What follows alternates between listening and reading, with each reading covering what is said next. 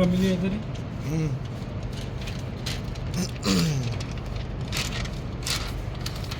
ये पूरा चार्ज है ना 10 के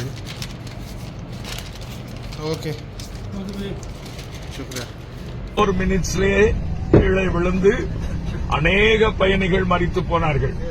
அஸ்ஸலாமு அலைக்கும் வரஹ்மத்துல்லாஹி வபரகாத்துஹு. அன்பாத அனைத்து உறவுகளுக்கும் இனிய மாலை வணக்கம். மீண்டும் மிக முக்கியமான பல தகவல்களோடு தான் வந்திருக்கேன். வீடியோவை கடைசி வரைக்கும் பாருங்கள். தெரியாத நண்பர்களுக்கும் மறக்காமல் ஷேர் பண்ணுங்கள். வீடியோ பிடிச்சிருந்தா ஒரு லைக் பண்ணுங்கள், சப்ஸ்கிரைப் பண்ணுங்கள். மறக்காமல் பெல் பட்டனை மோல் செலக்ட் பண்ணுங்கள். அப்போ தான் நான் போடக்கூடிய ஒவ்வொரு தகவல்களும் உங்களுக்கு நோட்டிஃபிகேஷன் மூலம் கிடைக்கும். வீடியோக்குள்ளே போகிறதுக்கு முன்னாடி ஜஸ்ட் வெறும் 10KD, அதுவும் இது மெயினான ஏசி மேலே இருக்கக்கூடிய பெரிய மெஷினில் உள்ள ஒரு பெல்ட்டு வந்து ஃபால்ட் ஆகியிருந்துச்சு. அதே மாதிரி உள்ளே வந்து ஒரு கண்டென்சர் போயிருந்துச்சு.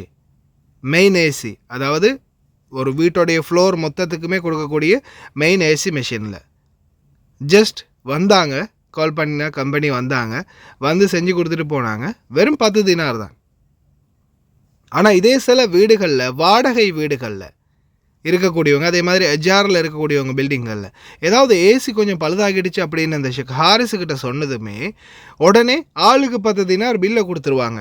வாடகையில் ஆளுக்கு 10 தினார் எடுத்துருவாங்க, ஏசி ரிப்பேரிங் அப்படின்னு. அப்போ ஜஸ்ட் வெறும் 10 தினார், 15 தினார், 20 தினார் தான் செலவு பண்ணுறாங்க. ஆனால் இப்போ ஒரு ஷெக்காவில் சாதாரணமாக ஒரு 4 பேர் 5 பேர் பார்ட்டிஷனில் இருக்கிறாங்கன்னா அத்தனை பேர்கிட்டையும் ஏசிக்கு காசு பிடிங்கிடுவாங்க. தயவு செய்து கொஞ்சம் சிந்திச்சு செயல்படுங்க. ஜெயித்தால் மகிழ்ச்சி, தோற்றால் பயிற்சி, அண்ணன் சீமானுடைய வேத வாக்கு மாதிரி இருக்கணும்ப்பா அப்படின்ற மாதிரி.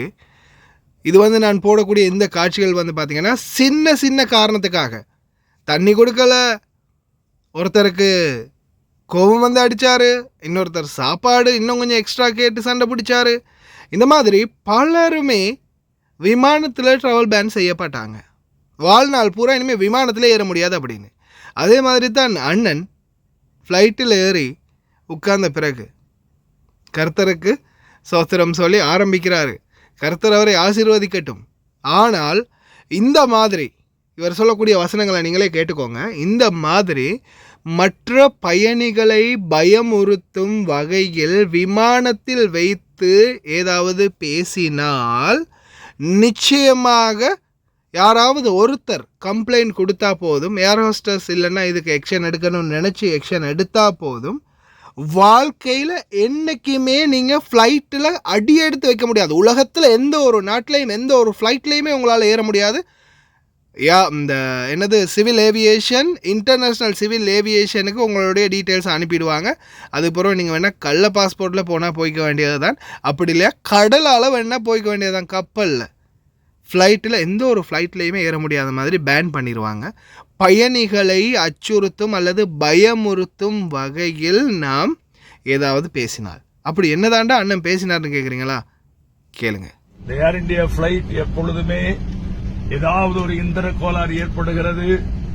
இன்றைக்கு நாம் அனைவரும் இந்த ஃப்ளைட்டில் அமர்ந்திருக்கிறோம். நாம் சுகமாய் போய் துபாய் இன்டர்நேஷனல் ஏர்போர்ட்டில் இறங்க வேண்டும். ஆண்டவர் நம்மை பத்திரமாய் கொண்டு செல்ல வேண்டும். நம்முடைய வீடுகளில் இருக்கிறவர்கள் எல்லாரும் பயத்தோடு தான் இருப்பார்கள்.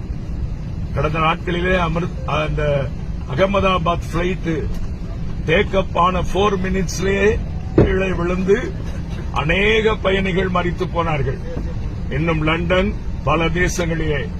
ஆகவே நாம் இந்த விமானத்தை ஆண்டவருடைய கையில் ஒப்புக் கொடுப்போம். பரிசுத்தமுள்ள எங்கள் பரலோக பிதாவே, இந்த ஆசீர்வதிக்கப்பட்ட இந்த மாலை வேளைக்காய் ஸ்தோத்திரம். நாங்கள் எல்லாரும் இந்த விமானத்திலே புறப்படுகிறோம். இந்த விமானம் எங்களுக்கு ஆசீர்வாதமா இருப்பதாக. பைலட் கையிலே உம்முடைய கரம். இறைவனுடைய அருளும் ஆசீர்வாதமும் அனைவருக்கும் கிடைக்கட்டும். விமான பயணம் என்பது போய் இறங்கும் வரைக்கும் உயிர் நம்ம கையில் இல்லை. சரி, ஓகே, லாஜிக் தான், ப்ரே பண்ண தான் வேணும். ஆனால் ஒன்று, இறைவா எங்களுடைய பயணத்தை சீராகவும் சிறப்பாகவும் பாதுகாப்புடனும் எங்களை கொண்டு போய் சேர்ப்பாயாக அப்படின்னு சும்மா பிரார்த்தனை பண்ணுறது ஓகே.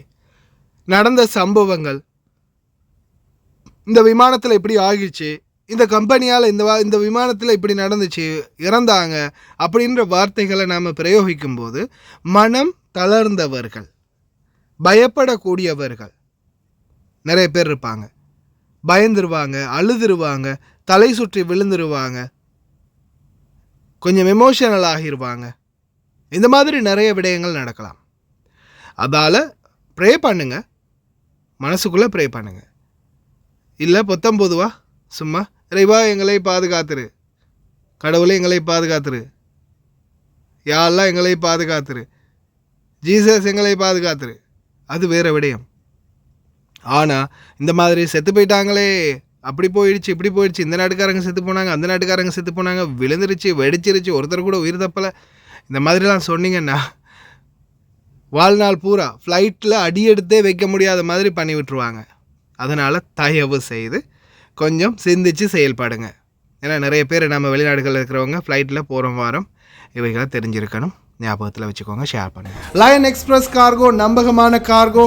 இதோ நீங்களும் தொடர்பு கொண்டு உங்களுடைய கார்கோ பொருட்களை அனுப்பலாம். 90 93 61 67 தொடர்புக்கான இலக்கம் 66 16 84 14.